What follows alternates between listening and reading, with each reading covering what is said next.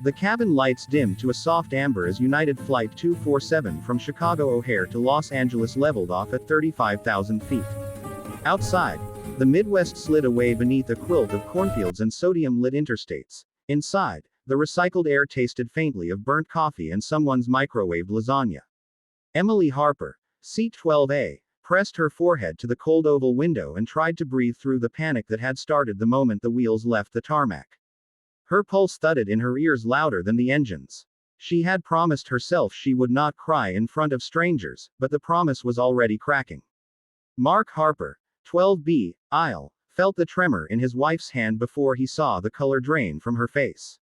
He had flown 100 times. Sales trips to Dallas, conferences in Vegas, the red-eye home from New York when their daughter Lily was born. But Emily had not. She had sworn off planes after their honeymoon, a turbulent hop to Cancun that ended with her vomiting into a barf bag while the flight attendant pretended not to notice. Tonight was different. Tonight was Lily's first national gymnastics meet in Pasadena, and Emily had whispered, "If I don't go, I'll regret it forever." So here they were, wedged into economy, Emily's knuckles white around the armrests. "Daddy." Lily's voice floated up from 12C, small but steady. She was 10, all elbows and ponytail, her pink hoodie zipped to the chin despite the stuffy cabin. "Is Mommy okay?" "She's just excited," Mark lied, sliding his arm around Emily's shoulders. The lie tasted metallic. Emily's breathing had gone shallow, the kind that came before a faint. He signaled the call button with his free hand. Across the aisle, 11F, Sofia Morales watched the scene unfold with the detached curiosity of someone who had seen every variety of mid-flight meltdown. She was 32, a travel writer for a glossy magazine that paid her to drink overpriced wine in Santorini and call it research. Flying was her office. Panic attacks were background noise. But something about the way the husband's thumb traced circles on his wife's wrist made her look twice. Tenderness in row 12 looked out of place next to the guy in 11A snoring into his neck pillow. The chime dinged. A flight attendant appeared. Name tag: Jack. Mid-30s, buzz cut, the kind of calm that came from diffusing drunk businessmen and crying toddlers in equal measure. "Ma'am, can I get you some water?" Emily shook her head. The cabin tilted. Or maybe that was just her inner ear. "I can't." The word stuck. She hated how small her voice sounded. Jack crouched, knees cracking. Deep breath in through the nose, out through the mouth. "Like you're blowing up a balloon." He demonstrated, cheeks puffing. Lily giggled despite herself. The sound cracked the tension like a knuckle. Mark mouthed "Thank you." Jack nodded, already reaching for the oxygen mask demo kit under the seat. "Sometimes it helps to see the gear," he said. "Proof it works." Behind them, in 13D, Jonah Kim pretended to scroll through his physics homework on the seat back screen. He was 17, lanky, headphones around his neck like a scarf.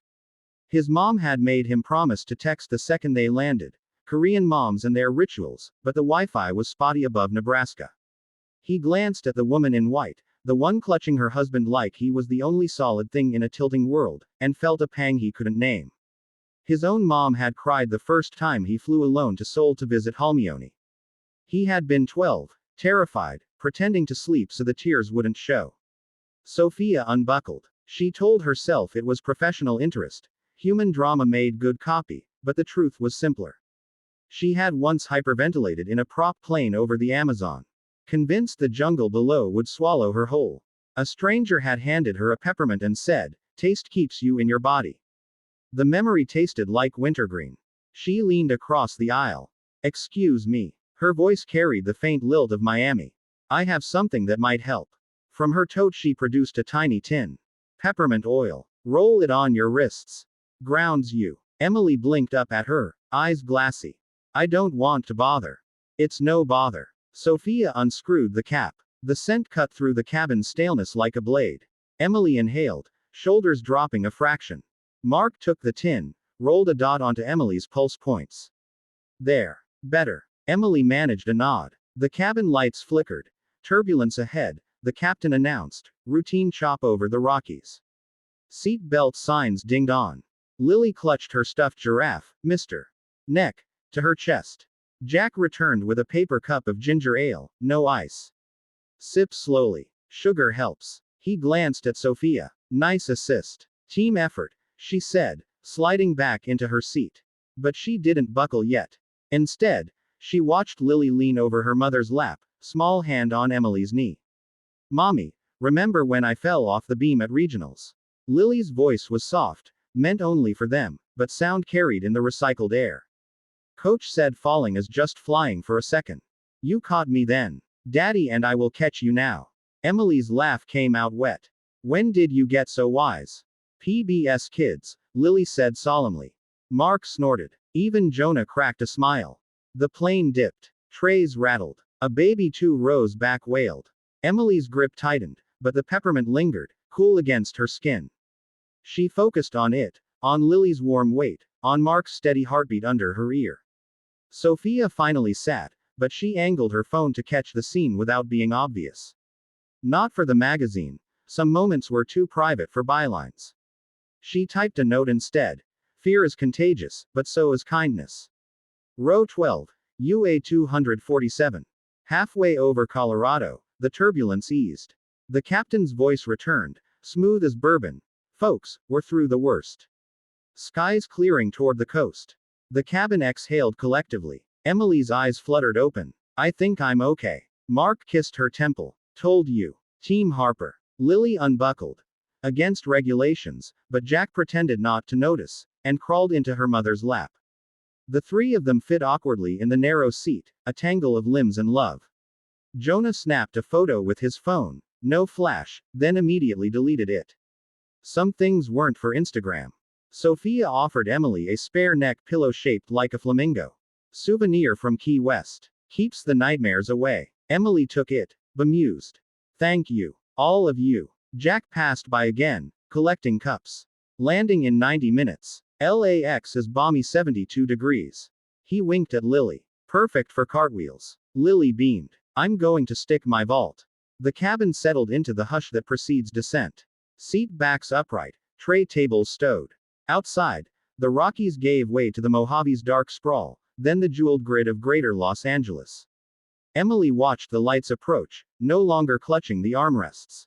The peppermint had faded, but the calm remained. Mark squeezed her hand. We made it. Not just the flight, she whispered. Us. In 11F, Sofia closed her notebook. She would write about the food in Little Tokyo tomorrow, the way the gymnastics venue smelled of chalk and possibility. But tonight, she had witnessed something rarer. A family choosing each other at 35,000 feet, strangers knitting a net of small mercies. The wheels kissed the tarmac with a gentle screech. Lily whooped. Emily laughed, the sound bright and unafraid. Jonah texted his mom. Landed safe. Love you. Jack high-fived. A toddler in 8C. Sofia slipped the empty peppermint tin into her pocket, evidence.